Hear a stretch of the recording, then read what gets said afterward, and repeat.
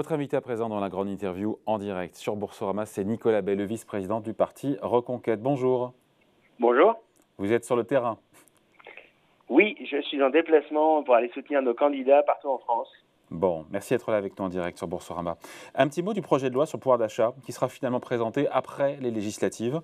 Est-ce que vous demandez au gouvernement d'abattre maintenant ces cartes pour savoir quelles sont, avant les élections, pour savoir quelles sont les mesures de soutien qu'il compte mettre en place et qu'on n'apprenne pas ça après les élections? Oui, ce serait le minimum qu'on peut exiger de transparence et de sincérité de la part d'un gouvernement qui finalement se constitue aujourd'hui sans avoir la légitimité des urnes, puisque les élections législatives ne sont pas encore passées, et alors même qu'Emmanuel Macron a tout fait pour échapper au débat pendant l'élection présidentielle. Tout a été un prétexte, que ce soit la crise sanitaire d'abord, puis la guerre en Ukraine ensuite, pour Emmanuel Macron, pour échapper au débat, pour ne pas débattre avec ses adversaires, pour échapper au bilan et à l'inventaire désastreux de son mandat. Bon. Et donc sur les mesures, c'est qu'en même temps, pas mal de mesures ont déjà été éventées sur ce paquet pouvoir d'achat. Qu'est-ce qui vous plaît, qu'est-ce qui vous plaît pas? Le prolongement du bouclier tarifaire sur l'énergie, nouveau dispositif sur le prix de l'essence pour les gros rouleurs, suppression de la redevance audiovisuelle dès cette année, triplement de la prime Macron, chèque alimentaire, revalorisation au 1er juillet des retraites. Est-ce que tout ça vous convient ou pas? Je crois qu'il faut distinguer ce qui peut relever de l'urgence, c'est-à-dire un certain nombre de coups de pouce qui peuvent être mis en œuvre ponctuellement pour soulager les Français dont le pouvoir d'achat est effondré, notamment les plus modestes d'entre eux. Mais si on veut avoir des dispositifs pérennes qui ne viennent pas gréver des finances publiques, il faut évidemment relancer la machine économique. Et pour relancer la machine économique, il y a une urgence absolue en France, c'est de baisser la fiscalité des charges. Aujourd'hui, ce qui fait que les entreprises ne créent pas suffisamment d'emplois, ce qui fait que les Français ont un pouvoir d'achat qui est en berne, c'est parce qu'on a une fiscalité qui est confiscatoire. On est un des pays les plus imposés au monde. Mais ces mesures-là concrètes sont des mesures concrètes. Elles vous conviennent? Elles sont insuffisantes? Elles sont je crois que par exemple sur les prix de l'énergie, il est préférable de baisser la fiscalité. Par exemple sur les carburants, elle représente quasiment 60% du prix à la pompe, et bloquer les prix de manière temporaire, comme le proposait Éric Zemmour, plutôt que de multiplier les distributions de cadeaux avec l'argent public, alors que tout le monde sait bien que, évidemment, tout ça est assez démagogique de la part du gouvernement. Il l'a fait beaucoup à la veille de l'élection présidentielle. Il continue à l'annoncer ou à l'envisager à la veille des élections législatives. En réalité, tout ça est totalement irresponsable. Notre dette publique est passée de 2200 milliards avant la crise sanitaire. Elle avait déjà franchi la barre du 100% du PIB à 2800 milliards d'euros. Vous la bloquez à combien l'essence? Que ça coûte très cher aussi, ça. Ce qui serait raisonnable, c'est de ne pas dépasser 1,75 ou 1,80 euros à la pompe, ce qui est déjà exorbitant et ce qui porte déjà très gravement atteinte au pouvoir d'achat des Français, parce que c'est ceux qui sont dans la ruralité, ceux qui habitent les zones périphériques, qui sont les premiers pénalisés, qui ont absolument besoin de leur voiture, soit pour travailler, soit pour emmener leurs enfants à l'école, soit pour aller chez le médecin, soit même pour beaucoup simplement pour rechercher un emploi. Mais il n'y a pas une contradiction, Nicolas Bay, à vouloir ce que le gouvernement fasse plus et en même temps dire attention au déficit, attention de ne pas plomber les comptes publics? Non, on ne dit pas que le gouvernement doit faire plus. Il faut arrêter de faire croire qu'il y a de l'argent magique et de distribuer. Il faut faire des choix structurels qui permettent de relancer l'économie. Et pour relancer l'économie, il faut baisser les charges et la fiscalité. Le problème de la France aujourd'hui, c'est qu'il y a un différentiel considérable entre ce que paye un employeur pour un salarié, c'est-à-dire le salaire plus les charges patronales plus les charges sociales, et ce que touche le salarié une fois déduites les charges patronales. Autour du SMIC, aujourd'hui, il y a très peu de cotisations sociales salariales autour du SMIC, aujourd'hui. Oh oui, s'agissant du SMIC, ça a été allégé, mais pour tous les autres salaires, dès qu'on monte à un peu au-delà du SMIC, au SMIC plus 15 ou 20%, eh bien là, les charges sont considérables. Et en pratique, quand un employeur veut payer un salarié 2 000 euros, eh bien, il est obligé de débourser 4 000 euros. Et c'est ce qui grippe la machine économique, c'est ce qui dissuade les entrepreneurs, les entreprises de créer des emplois, et c'est ce qui aboutit à avoir nos comptes publics et nos comptes sociaux lourdement déséquilibrés. Pourquoi? Parce que nous avons un chômage de masse. En réalité, on a basculé un certain nombre de chômeurs de catégorie A en catégorie B ou en catégorie D, en les mettant dans des formations de manière souvent un peu artificielle pour masquer, pour baisser artificiellement les chiffres du chômage. Mais quand on regarde toutes catégories confondues, le nombre de demandeurs d'emploi n'a quasiment pas bougé par rapport à il y a 5 ans, au début du quinquennat d'Emmanuel Macron. Les entreprises qui peuvent augmenter les salaires doivent le faire, nous dit Bruno Le Maire. Est-ce qu'il a raison? Est-ce que ce n'est pas seulement le rôle de l'État que d'aider au pouvoir d'achat? Est-ce que ce n'est pas aussi le rôle des chefs d'entreprise de se préoccuper du pouvoir d'achat de leurs salariés quand ils le peuvent. Oui, mais tout le monde sait très bien que les entreprises augmenteront les salaires quand elles auront la capacité à le faire. Et la capacité à le faire, c'est évidemment d'avoir des baisses de charges et de fiscalité. L'État et Bruno Le Maire ne peuvent pas exiger cela des entreprises, alors même que l'État ne fait aucun effort. Encore une fois, quand 47% de notre PIB part en prélèvement obligatoire, comment le ministre de l'économie peut être crédible à demander des sacrifices aux entreprises? Bien sûr qu'il y a, c'est vrai, sans doute, des entreprises qui pourraient augmenter les salaires parce qu'elles dégagent des bénéfices significatifs. Mais on peut comprendre aussi que beaucoup d'entreprises prévoient de faire des investissements, prévoient de faire des transformations, soit de leurs outils industriels, soit de leur modèle économique, et elles sont obligées de conserver un certain nombre de marges. Ça, c'est la prudence légitime des entrepreneurs et des chefs d'entreprise. Mais l'État, qui est totalement irresponsable, qui aujourd'hui ne sait que augmenter, creuser nos déficits et augmenter notre dette publique, il n'est pas le mieux placé pour faire la leçon aux entreprises. Sur la prime Macron, nouvelle version, nouvelle mouture qui sera totalement défiscalisée jusqu'à 6 000 euros. C'est un instrument qui doit être massivement employé, nous dit encore le ministre de l'économie. Est-ce que vous y êtes favorable?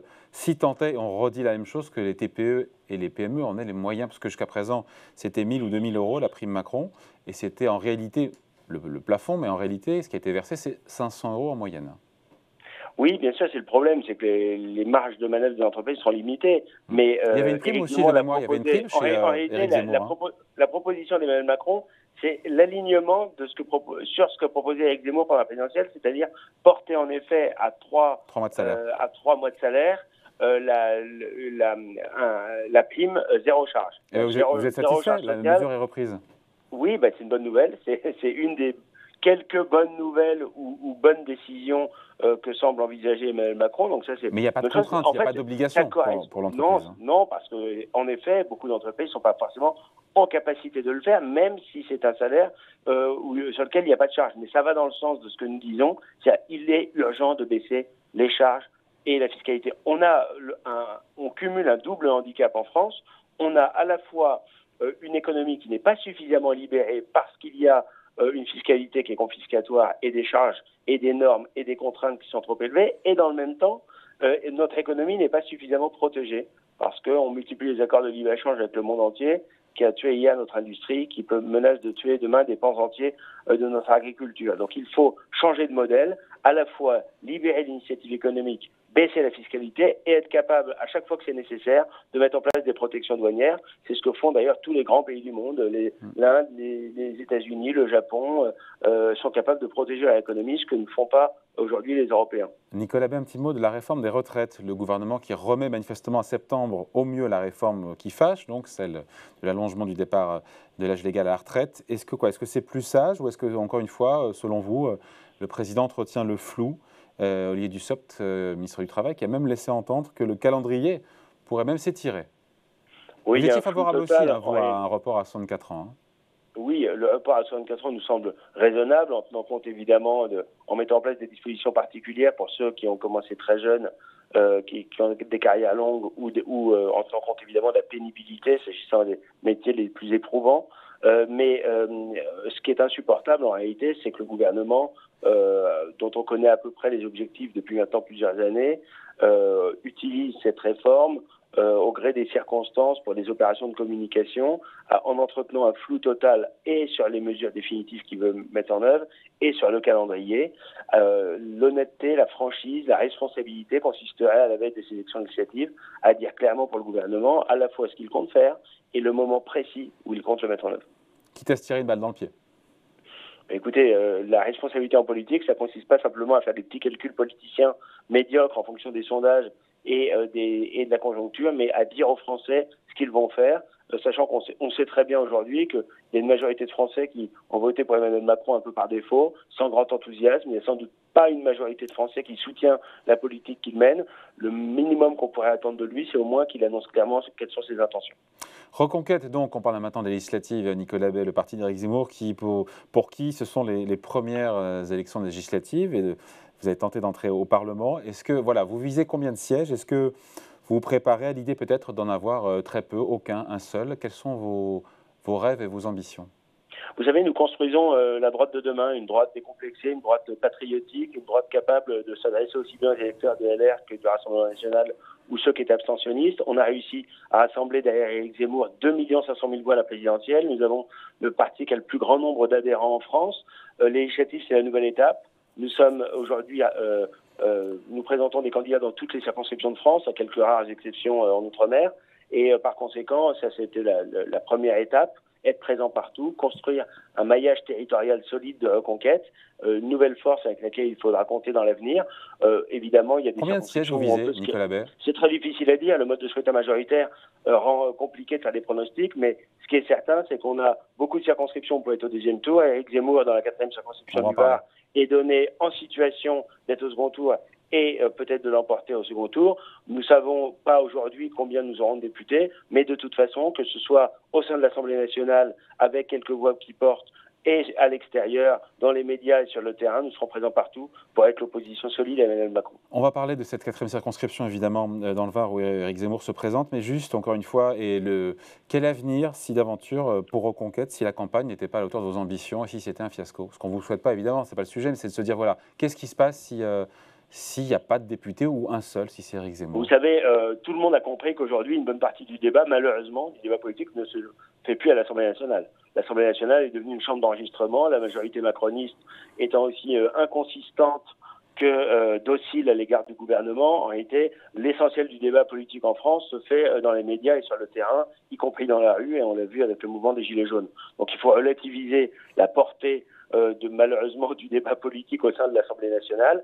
Il y a beaucoup de partis d'ailleurs qui n'ont cessé de prospérer ces dernières années, y compris en étant privés ou quasiment privés de représentation à l'Assemblée nationale. Donc pour nous, c'est une étape importante. Nous espérons avoir des députés le plus nombreux possible, mais même dans l'hypothèse où nous n'aurions pas ou pas beaucoup, eh bien ça ne nous empêcherait pas de poursuivre le combat, de construire la droite de demain, parce que c'est une nécessité, parce que tout le monde a vu les limites du vote Rassemblement national. On nous avait vendu l'idée d'un vote utile pour Marine Le Pen. Ce vote n'a été utile qu'à la réélection, à sécuriser la réélection d'Emmanuel Macron.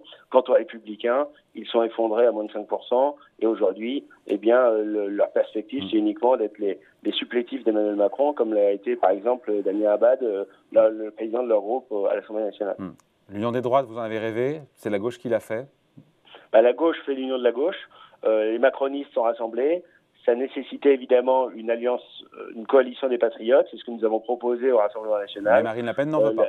La main tendue a été rejetée. C'est déplorable parce que ça montre une démarche de boutiquier, à l'inverse de l'intérêt national, à l'inverse de l'intérêt de notre combat. Marine Le Pen préfère avoir 7 ou 8 députés comme en 2017 plutôt que d'en avoir 50, 80 ou 100 avec d'autres, avec des alliés. C'est dommage, mais nous, notre ADN à Reconquête, c'est le rassemblement. Donc nous le continuons. Nous avons parmi nos 551 candidats, beaucoup qui sont issus du Rassemblement national, beaucoup qui sont issus des Républicains. Donc nous le faisons sur le terrain, avec nos équipes, avec nos militants et avec les Français. Vous pensez que le RN peut constituer un groupe à l'Assemblée? Écoutez, ça c'est les électeurs qui en décideront. Ça n'est pas impossible, mais c'est pas non plus une certitude. On a bien vu qu'à la fois Marine Le Pen était au second tour, elle n'a eu qu'une poignée de députés à l'Assemblée nationale. Mais il faut être clair, si sur la base des résultats du 10 avril, le Rassemblement national seul n'est pas en capacité de se maintenir dans plus d'un tiers des circonscriptions. Alors que en alliance avec Reconquête et avec Nicolas Dupont-Aignan, on serait en capacité de se maintenir dans au moins les 2 tiers des circonscriptions. Donc on voit bien où se situe l'intérêt de notre combat. Je regrette que Marine Le Pen s'enferme dans une démarche d'enclavement, de monolithisme un peu sectaire, d'un rassemblement national que je connais bien, dont j'ai fait partie longtemps, et qui ne se montre pas à la hauteur des enjeux et des défis. Vous ne regrettez rien, Nicolas Bay?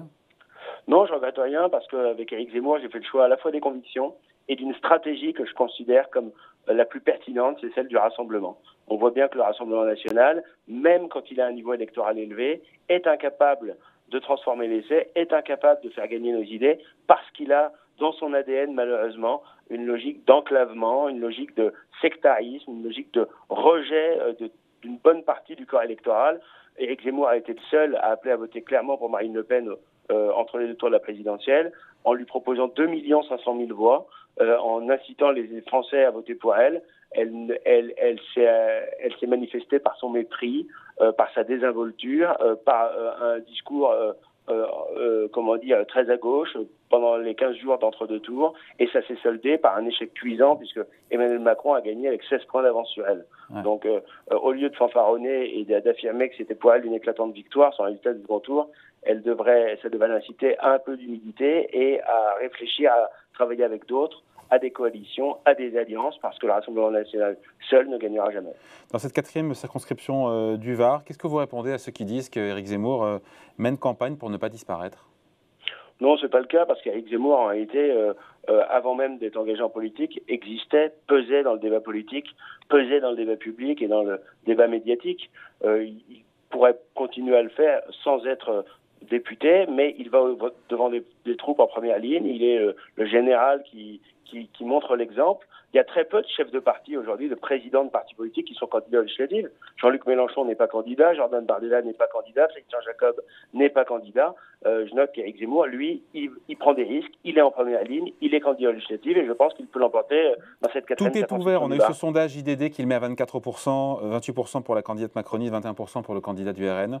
Il est donné perdant au second tour, 53-47, mais tout reste ouvert pour lui.